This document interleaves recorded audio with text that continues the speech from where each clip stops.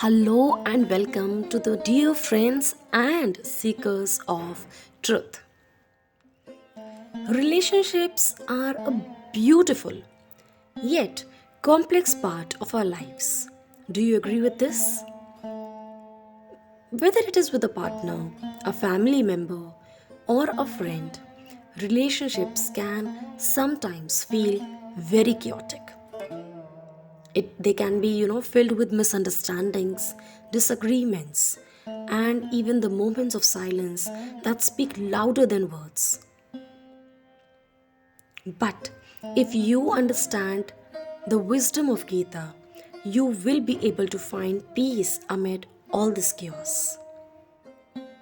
Let me help you with some of the points that will help you to find harmony and understanding in your relationships. To start with this, first of all, let us reflect on what actually makes the relationships chaotic. Is it as simple as unrealistic expectations?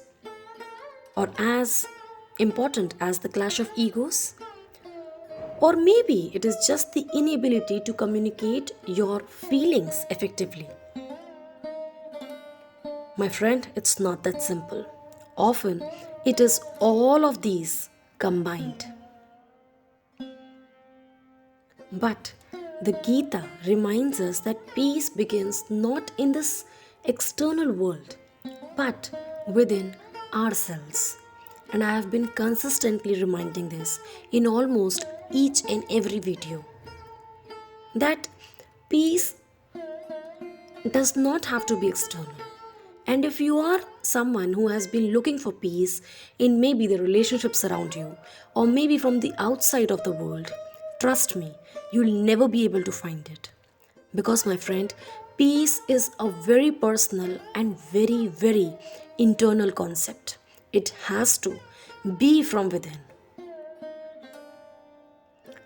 Krishna teaches us that to maintain peace in any relationship, you must first conquer your inner restlessness.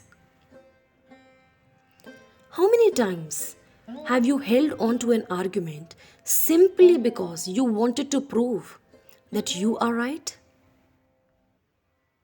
This attachment to being right stems from the ego. Let's understand this by a simple example. Think about a disagreement with your partner over something very, very small, maybe just like washing utensils. Now, instead of insisting on your way, try stepping back and asking,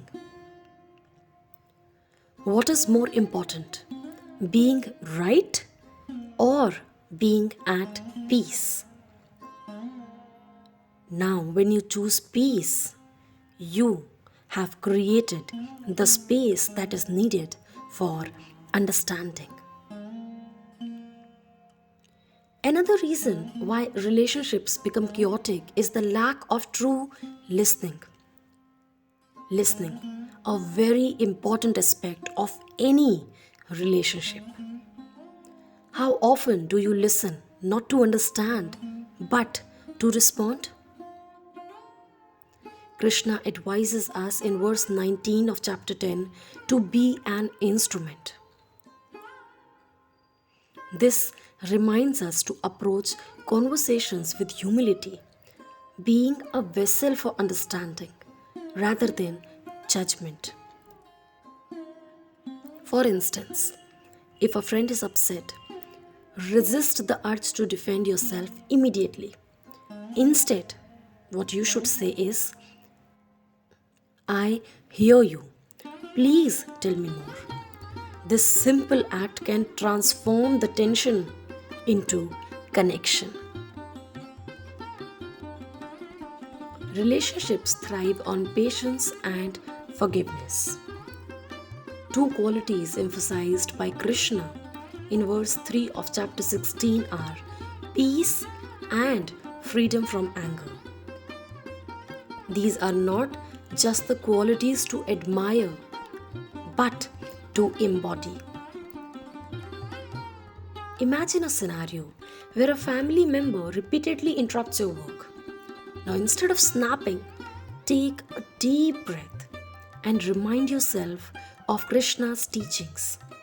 Ask yourself, what can I let go of in this moment to preserve peace? Yes, my friend, this mindset fosters harmony. One of the most beautiful teachings of Gita is the idea of dharma, which means our duty. In verse 35 of chapter 3, Krishna reminds us that in relationships, our dharma is not to control the other person, but to show up as the best version of ourselves. This could mean being a patient partner, a supportive friend, or a compassionate sibling. When you focus on fulfilling your role, trust me, the chaos often subsides naturally. So, my friend, I hope you must have understood how to maintain peace in chaotic relationships. It's very simple. By letting go of ego, practicing active listening, cultivating peace, and staying true to your dharma. And always remember, peace is not something you find, it is something you create. As you reflect on your relationships today, ask yourself, what small step can I take to bring peace into this connection? Trust me, you might be surprised how even the smallest shift in your mindset can create harmony. If this video brought you value, let me know in the comments. And remember, the wisdom of Gita is not just ancient, it is alive in you. So just trust the process and have faith in the Almighty you believe in. Until next time, stay peaceful, stay kind, and most important, keep walking the path of love and understanding. Stay blessed, keep smiling.